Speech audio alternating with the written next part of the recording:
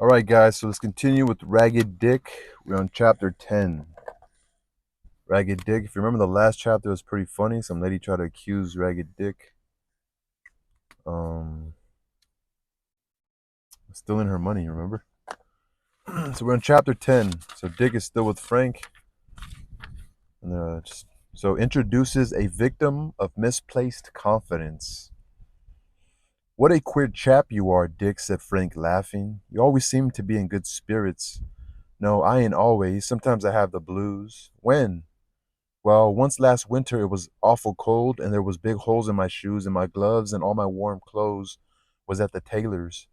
I felt as if life was sort of tough and I'd like it if some rich man would adopt me and give me plenty to eat and drink and wear without my having to look so sharp after it. Then again, when I seen boys with good homes and fathers and mothers, I thought I'd like to have somebody to care for me. Dick's tone changed as he said this from his usual levity, and there was a touch of sadness in it. Frank, blessed with a good home and indulgent parents, could not help pitying the friendless boy who had found life such uphill work. Don't say you have no one to care for you, Dick, he said, lightly laying his hand on Dick's shoulder. I will care for you. Will you? If you let me. If you will let me. I wish you would, said Dick earnestly. I like to feel that I have one friend who cares for me. Central Park was now before them, but it was far from presenting the appearance which it now exhibits. It had not been long since work had been commenced upon it, and it was still very rough and unfinished. A rough tract of land, 2 miles and a half from north to south, and a half a mile broad, very rocky in parts, was the material from which the park commissioners have made the present beautiful enclosure. There were no houses of good appearance near it, buildings being limited mainly to rude, temporary huts used by the workmen who were employed in improving it. The time will undoubtedly come when the park will be surrounded by elegant residences and compare favorably in this respect with the most attractive parts of any city in the world. But at the time when Frank and Dick visited it, not much could be said in favor either of the park or its neighborhood. If this is Central Park, said Frank, who naturally felt disappointed, I don't think much of it. My father's got a large pasture that is much nicer. It'll look better sometime, said Dick. There ain't much to see now but rocks. We will take a walk over it if you want to. No, said Frank. I've seen as much of it as I want to. Besides, I feel tired. Then we'll go back. We can take the 6th Avenue cars that will bring us out at Vesey Street just beside the Astor House. All right, said Frank. That will be the best course, I hope, he added, laughing. Our agreeable lady friend won't be there. I don't care about being accused of stealing again.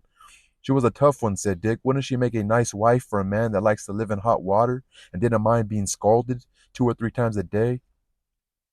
Yes, I think she'd just suit him. Is that the right car, Dick? Yes, jump in and I'll follow. The Sixth Avenue is lined with stores, many of them of very good appearance, and would make a very respectable principal street for a good-sized city. But it is only one of several long businesses, or it is only one of several long business streets which run up the island and illustrate the extent and importance of the city to which they belong. No incidents worth mentioning took place during the ride downtown. In about 3/4 of an hour, the boys got out of the car beside the Astor House. Are you going in now, Frank? Asked Dick. That depends upon whether you have anything else to show me. Wouldn't you like to go to Wall Street? That's a street where there are so many bankers and brokers, isn't it? Yes, I suppose you ain't afraid of bulls and bears, are you? Bulls and bears, repeated Frank, puzzled. Yes. What are they?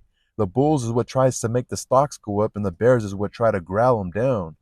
Oh, I see. Yes, I like to go. Accordingly, they walked down on the west side of Broadway as far as Trinity Church, and then crossing, entered a street not very wide or very long, but of very great importance. The reader would be astonished if he could know the amount of money involved in the transactions which take place in a single day in this street. It will be found that although Broadway is much greater in length and lined with stores, it stands second to Wall Street in this respect. What is that large marble building? Asked Frank, pointing to a massive structure on the corner of Wall and Nassau streets.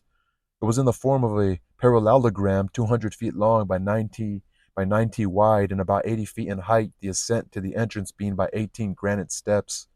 That's the custom house, said Dick. It looks like pictures I've seen of the Parthenon at Athens, said Frank meditatively. Where's Athens? Asked Dick. It ain't in New York State, is it? Not the Athens I mean, at any rate. It is in Greece and was a famous city 2,000 years ago. That's longer than I can remember, said Dick. I can't remember distinctly more than about 1,000 years. What a chap you are, Dick. Do you know if we can go in? The boys ascertained after a little inquiry that they would be allowed to do so. They accordingly entered the custom house and made their way up to the roof, from which they had a fine view of the harbor, the wharves crowded with shipping and the neighboring shores of Long Island and New Jersey.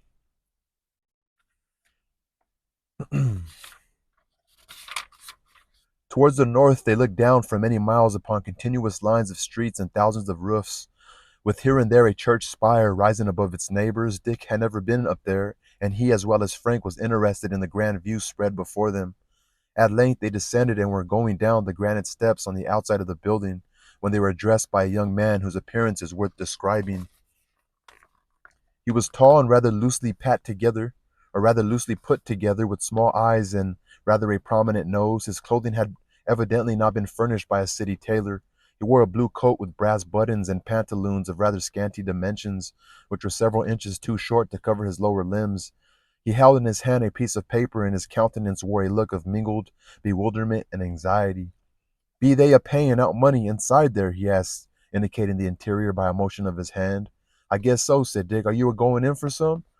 "Well, yes, I got an order here for $60. Made a kind of speculation this morning." "How was it?" asked Frank. "Well, you see, I brought down some money to put in the bank, $50 it was, and I hadn't justly made up my mind what bank to put it into, when a chap came up in a terrible hurry and said it was very unfortunate, but the bank wasn't open, and he must have some money right off. He was obliged to go out of the city by the next train. I asked him how much he wanted. He said $50. I told him I'd got that, and he offered me a check on the bank for 60, and I let him have it. I thought that was a pretty easy way to earn $10, so I counted out the money and he went off. He told me I'd hear a bell ring when they began to pay out money, but I've waited most 2 hours and I ain't heard it yet. I ought, be, I, ought be, I ought to be going, for I told Dad I'd be home tonight. Do you think I can get the money now?" "Will you show me the check?" asked Frank, who had listened attentively to the countryman's story and suspected that he had been made the victim of a swindler. It was made out upon the Washington Bank in the sum of $60 and was signed Ephraim Smith. "Washington Bank," repeated Frank. "Dick, is there such a bank in the city?" "Not as I knows on," said Dick. "Leastways, I don't own any shares in it." "Ain't this the Washington Bank?" asked the countryman, pointing to the building on the steps of which the three were now standing. "No, it's the Custom House." "And won't they give me any money for this?" asked the young man, the perspiration standing on his brow. "I'm afraid the man who gave it to you was a swindler," said Frank gently. "And won't I ever see my $50 again?" asked the youth in agony. "I'm afraid not." "What'll Dad say?" ejaculated the miserable youth. "It makes me feel sick to think of it. I wish I had the fellow here. I'd shake him out of his boots." "What did he look like? I'll call a policeman and you shall describe him. Perhaps in that way you can get track of your money." Dick called a policeman, who listened to the description and recognized the operator as an experienced swindler. He assured the countryman that there was very little chance of his ever seeing his money again. The boys left the miserable youth loudly bewailing his bad luck and proceeded on their way down the street. "He's a baby," said Dick contemptuously. "He'd ought to know how to take care of himself and his money. A feller has to look sharp in this city, or he'll lose his eye teeth before he knows it. I suppose he never got swindled out of $50, Dick." "No, I don't carry no such small bills. I wish I did," he added. "So do I, Dick. What's that building there at the end of the street?" "That's the Wall Street ferry to Brooklyn." "How long does it take to go across?" "Not more than 5 minutes. Suppose we just ride over and back." "All right," said Dick. "It's rather expensive, but if you don't mind, I don't." "Why, how much does it cost?"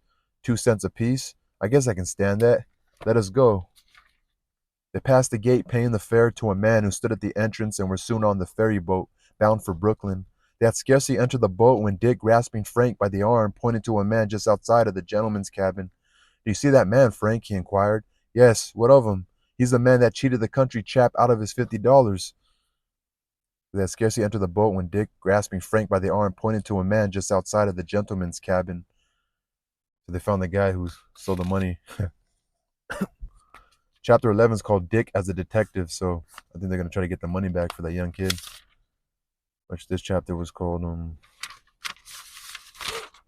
introduces a Chapter 6 introduces a victim of misplaced confidence. This author's funny. Such small chapters for such powerful titles for chapters, you know?